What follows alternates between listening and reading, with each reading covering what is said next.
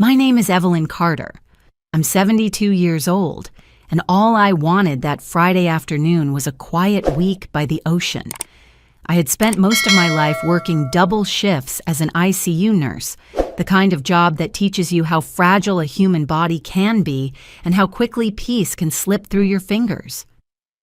After losing my husband 7 years ago, the little beach house in Harbor Point became the one place that still felt like mine, the one corner of the world where I could breathe. So when I turned off the highway and felt the salt wind hit my face, I truly believed I was driving toward rest. I even whispered to myself, "Just a week, Evelyn, a week of quiet." But the moment my tires rolled into the driveway, my heart dropped. A white contractor's truck blocked half the yard. Sheets of plywood leaned against the railing. I could hear a hammer slamming against something inside, hard, frantic, like the house itself was crying out. I left my bags in the car and walked toward the door, feeling the boards tremble under my feet. When I stepped inside, a stranger in a dust-covered shirt brushed past me without even looking up. The air smelled of sawdust and paint, thick enough to sting my throat. My kitchen, my husband's favorite room, was gutted down to the studs. The countertops were gone. The cabinets were gone. Even the sink had been ripped out, leaving only exposed pipes like bones. I stood there, gripping the doorframe to steady myself, when a familiar voice floated over the noise. "Oh, Evelyn, you're early." My daughter-in-law said it like I was the one intruding. And in that moment, a cold certainty settled in my chest. Something was terribly, dangerously wrong. The moment my daughter-in-law walked away from me, shouting instructions over the roar of drills, I felt a strange numbness settle into my chest. It was the kind of numbness that comes after a hard blow, when your body hasn't quite caught up to the shock. I stood there for a few seconds, trying to blink the dust out of my eyes as I looked around the kitchen that had once been the heart of my home. The floor I used to sweep barefoot in the summer was covered in splintered wood and cardboard. The window that framed every sunset was blocked by a stack of drywall. Somewhere underneath all that noise and mess was the last piece of a life I had shared with my husband, but I could barely recognize any of it. I stepped deeper inside, forcing my feet to move even though my mind kept whispering, "Turn around. Get out. Something is wrong." The thud of hammers echoed through the hallway, rattling the picture frames still hanging on the wall, those they somehow hadn't taken down yet. My husband's smile flashed at me from one of them, the photo of him holding up a fish he caught right off the dock behind the house. I reached up and steadied the frame, my fingers brushing over the glass, as if touching it could somehow anchor me in the middle of the chaos. A cloud of dust rolled through the hallway as I made my way toward the master bedroom. My heart was beating too fast, but I kept going because I needed to see it. That room was sacred ground to me. It was where my husband spent his last good summer. It was where we drank coffee every morning on that silly striped love seat he insisted on keeping, even though it didn't match anything else. I pushed open the door, and the sight inside felt like someone had reached into my chest and squeezed. The wall facing the ocean had been split open along one side. The wood trim we had chosen together, after arguing for an hour in the hardware store, was gone. The carpet had been ripped up, exposing the subfloor. And the bed was simply missing. The mattress, the frame, the quilt I made the year my granddaughter was born, everything was gone as if it had never belonged there in the first place. Behind me, footsteps approached, and Daniel's voice carried that same blend of impatience and forced cheer he used whenever he knew he'd done something questionable. "Mom, you made it. I thought you'd be here tomorrow." I didn't answer right away because I was busy searching his face for something, remorse, explanation, even a flicker of understanding of what this house meant to me. I didn't find any of it. He stepped inside the room, looked around as if he were giving a tour to a stranger, and said, We're opening this wall up to make room for a bigger master suite. It'll be amazing when it's done." "We?" My voice came out smaller than I intended, and I hated how frail it sounded. "Yeah," he said casually. "Tessa and I. We've been talking about moving out here permanently. It just makes sense. The city's too hectic, and this house is perfect for a family. We've already started planning out the space for the kids, and maybe a room for Tessa's parents down the line." He said it as if it were the most natural thing in the world, as if the home I had worked 40 years to afford was nothing more than a convenient upgrade for them. I felt my stomach twist, a slow burn spreading behind my ribs. I asked him where I was supposed to stay while all this was happening. He smiled, an absent, distracted smile, and motioned for me to follow him down the hallway. I did, because I couldn't make my legs do anything else. We passed the family photos, the linen closet, the spare room I used to knit in, and then he stopped at the very end of the hall. He pushed open a door I rarely used, and the smell of dust and cedar hit me. "This one," he said. "It's small, but it's cozy. And it's quieter back here anyway." Quiet. That was his selling point. The room barely fit a twin bed. There was one tiny window facing the driveway, and the only sound was the distant, muffled banging of construction from the other end of the house. I stepped inside and placed my hand on the cold windowsill. No view of the ocean. No breeze. No trace of the life I had built. Daniel stood in the doorway, checking his phone. "We've already talked to the contractor. They'll finish the new layout in a few weeks. It'll be so much better than the old setup. Mom, trust me." Trust me. The same words he used when he borrowed money and promised he'd pay it back soon. The same words he used when he said he'd help me maintain the house after his father passed, only to disappear for months. I felt a sting behind my eyes, but I refused to let the tears fall. I nodded once, more out of habit than agreement, and he left to rejoin the chaos downstairs. When the door clicked shut behind him, the silence in that tiny room grew heavy, almost suffocating. For the first time in my life, as I stared at my suitcase sitting on the little bed, I felt like a guest in the only place that had ever truly belonged to me, and something deep inside me began to tremble, not from fear, but from the first spark of anger. That night, the little room felt colder than it should have. The thin blanket on the twin bed smelled of storage, like it had been sitting untouched for years. I lay there staring at the ceiling, listening to the distant thump of construction equipment being loaded into trucks outside. Every sound made the knot in my stomach pull tighter. I hadn't eaten since the drive down, but hunger was the last thing on my mind. When the house finally quieted, the silence didn't bring me comfort. It only left space for the questions I'd been pushing aside since I'd walked in the front door. Why hadn't Daniel told me? How long had they been planning this? When did my home become a project for someone else to redesign? I rolled onto my side, trying to find a comfortable spot on the sagging mattress. And that's when I noticed the thin line of light beneath the closet door. At first I thought I imagined it, but when I sat up, I saw the faint glow again.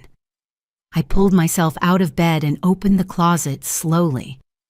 The light came from a small lamp sitting on the top shelf, next to a stack of folders. My name wasn't on them, but something about the way they were tucked away, half hidden under a blanket, made my chest tighten. I reached for the top folder and carried it to the bed. The cheap metal clip at the top was bent, as if someone had yanked it open too many times. I unfastened it, expecting maybe contractor receipts or paint samples. Instead, the first page showed a bold heading that made my pulse spike. Project owner Daniel Carter estimated cost $129,170. There were renderings of rooms I had never approved, lists of materials more expensive than anything I would have chosen, and a schedule laid out across the next 2 months. 2 months? They had rearranged the rest of my spring without even mentioning it. I turned to the next set of documents and felt my breath catch. It wasn't construction paperwork this time. It was a stack of legal forms, pages and pages stamped with the same 3 words. Durable power of attorney.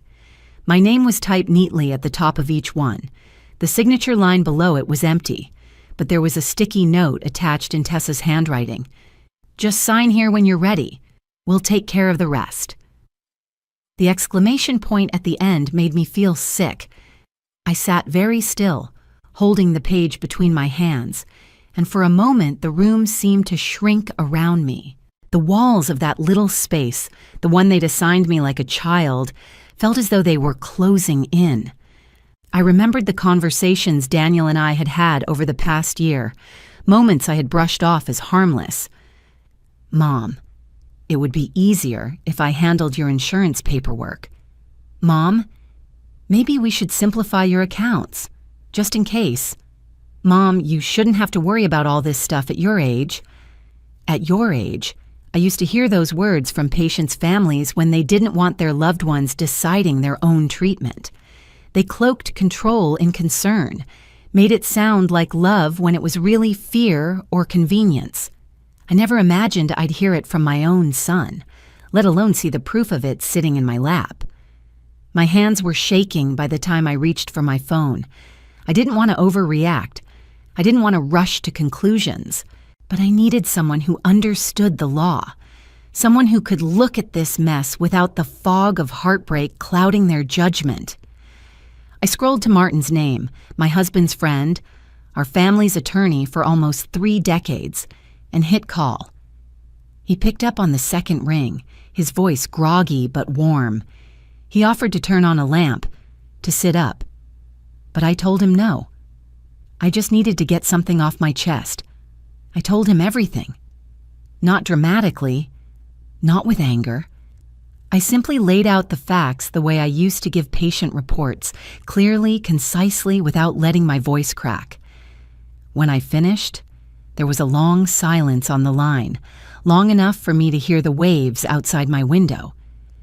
Evelyn, he finally said, none of this is legal without your signature. Not the construction, not the financial decisions, and certainly not the power of attorney. His voice took on a sharper edge. They started major renovations without written permission from the owner. That alone is a serious issue. My throat tightened. So what do I do? You don't confront them yet, he said.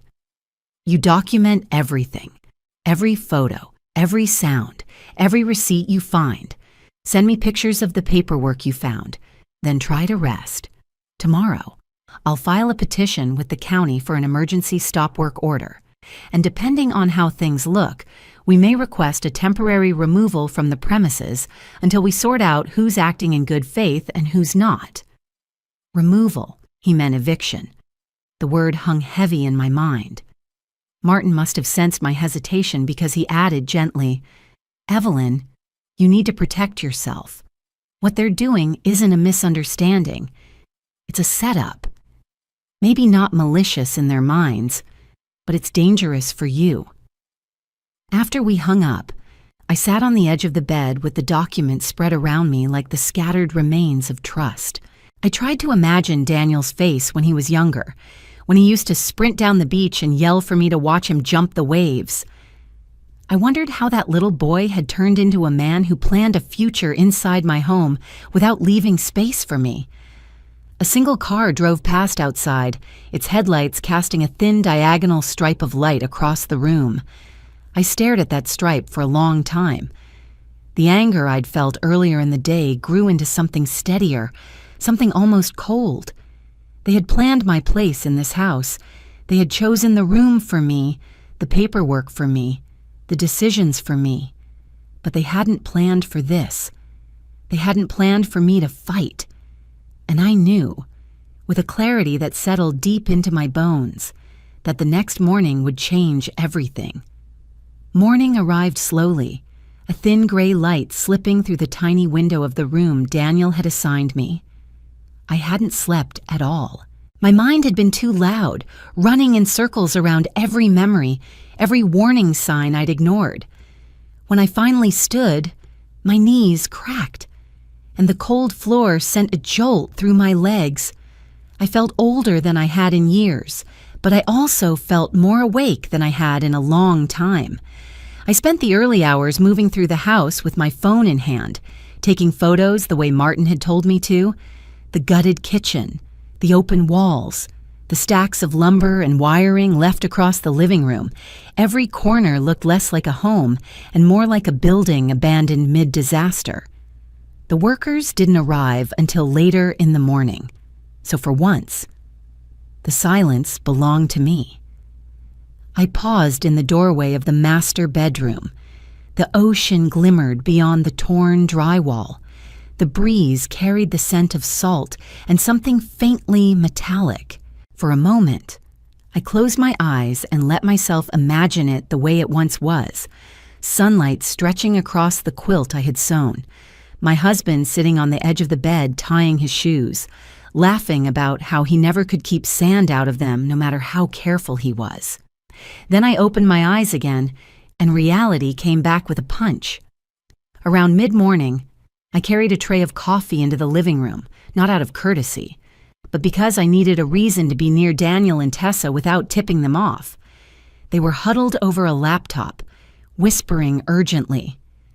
When they noticed me, they straightened and smiled too quickly. "You don't have to worry about anything, Mom," Daniel said. "We've got everything under control." The words stung, and not for the reasons he thought. I set the tray down carefully, studying their faces. They looked comfortable, at ease, as if they belonged here, as if I were the visitor. Tessa took a mug and brushed dust from her hair. "The contractor said they'll be here in an hour. We're ahead of schedule, actually." "Schedule for what?" I asked softly. She blinked, thrown off by the calmness in my voice. "For the renovation. For making this a home for all of us. All of us." That phrase hit me like a wave breaking too close to shore. They truly believed they were entitled to this place. My place. They had built an entire future inside these walls without leaving room for me to exist in it. I excused myself before my voice could betray me. Back in my small room, I closed the door and leaned against it, letting my breath settle. My phone buzzed in my pocket, a message from Martin. "Submitting the emergency petition now. Should have an update today. Do not confront them yet. Let the process work." I typed back a simple thank you, though what I really wanted to say was that I felt like I was walking through a dream that kept tilting sideways. But I knew he understood. He always had. The hours that followed moved strangely, too fast and too slow at the same time. Workers arrived, only to be told to wait outside. Daniel stepped onto the porch, arguing on the phone about delays. Tessa paced the living room, muttering about budgets and timelines. I stayed quiet in the background, watching them make themselves the center of a house they didn't own. By noon, the sky had darkened with an unexpected storm. The wind off the water whipped sand against the windows, and thunder rumbled somewhere far out at sea. The workers left early, promising to return when the weather cleared. Daniel grumbled for half an hour about wasted time, and then, just after 3 o'clock, it happened. A county vehicle pulled into the driveway, white with a blue stripe and a seal on the door. My heart lurched, not from fear, but from something closer to vindication. Daniel and Tessa looked out the window, confused, as an officer stepped out into the rain with a folder tucked under his arm. He knocked firmly on the door. Daniel answered, forcing a smile. "Can I help you, officer?" "Are you Daniel Carter?" the man asked. "Yes." He handed Daniel the folder. "This is a court-issued stop work order. All construction must cease immediately pending formal review. That includes demolition, remodeling, and any contracted labor. Tessa appeared behind Daniel, her mouth falling open. What? Why? This is our home. The officer shook his head. The owner filed the petition this morning. Daniel's face drained of color as he slowly turned toward me. His disbelief was almost childlike, the way a person looks when the world abruptly stops behaving the way they assumed it would. "Mom," he said quietly, "you did this?" The storm outside cracked loud enough to rattle the windows, but the silence between us felt louder. I stepped forward, careful, steady, holding his gaze. "You started construction on my house without permission," I said. "I needed it to stop." Tessa stepped forward, her voice rising with panic. "We were trying to build something better, for all of us. Why are you making this harder than it has to be?" Another vehicle pulled in, a county inspector. The officer gestured toward the interior. "I need to walk through the property with the homeowner." Daniel blocked the doorway for a moment, anger building behind his eyes, but the officer's posture shifted, and Daniel stepped aside. I moved past him, feeling something shift inside me, not triumph, not satisfaction, something sturdier, a quiet reclaiming of ground that had slowly been slipping away. As the inspector followed me into the house, Daniel called after me, "You're tearing this family apart." I didn't look back, because for the first time in years, I wasn't the one tearing anything apart. I was finally putting something back together. The county inspector moved slowly through each room, his boots leaving narrow prints in the dust that coated the floors. He took photos, measured torn-out sections of drywall, lifted exposed wiring with the tip of his pen as if afraid it might snap under its own weight. I followed quietly behind him, answering questions when he asked, watching Daniel and Tessa standing off to the side like unwelcome guests at their own event. The storm outside had eased into a steady drizzle, but inside the house, the tension felt heavier than the rain.